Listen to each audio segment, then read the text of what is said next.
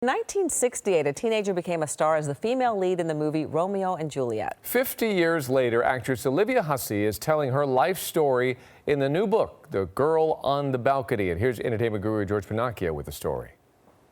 Oh, Romeo, Romeo, wherefore art thou, Romeo? Olivia Hussey shot to fame playing Juliet for director Franco Zeffirelli in the 1968 Paramount Pictures classic Romeo and Juliet. On behalf of the film, Olivia and her Romeo, Leonard Whiting, toured the world. The movie made her a star. It just didn't make her much money. We had a contract for $3,000 and we promoted the film. We worked over a year and a half. They never offered us a bonus when the film did so incredibly well. That is just one of the stories Hussey tells in her memoir, The Girl on the Balcony. There was also the time Romeo and Juliet premiered in London, and she danced with Prince Charles. I did.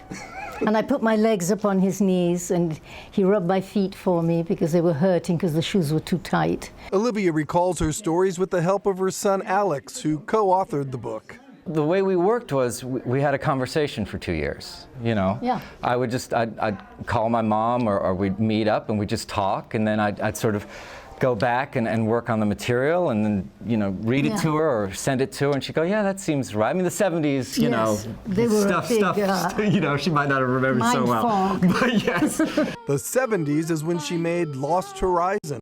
Plus, Agatha Christie's Death on the Nile. She loved David Niven, but says Bette Davis wasn't very nice. It's also the decade she returned to work again with Zeffirelli, this time on TV in Jesus of Nazareth. He who is mighty has done unto me a mighty thing. And he only had to call me and say, darling, how would you like to be a virgin again? And I said, what? And he said, the Virgin Mary. And I said, yes, Franco, for you, anything. In the book, Olivia talks about her 3 marriages, her battle with breast cancer, and living in the home of the Tate LaBianca murder shortly after the tragedy. But 1 week before it happened, a phone conversation with the woman who lived in the house her friend Rudy owned, actress Sharon Tate. And I got on the phone and Sharon said, Olivia, you know, I'm pregnant and Rudy's told me so much about you and we're going to be great friends and, oh, I can't wait to see you. And I said, I can babysit for you. And we were all just that, and a week later she was gone.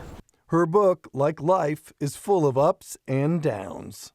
The most rewarding thing about this whole thing was being able to pick up the phone and say, Mom, it's done. Here's being able to gift her life back. You know, George Pinocchio, ABC 7 Eyewitness News.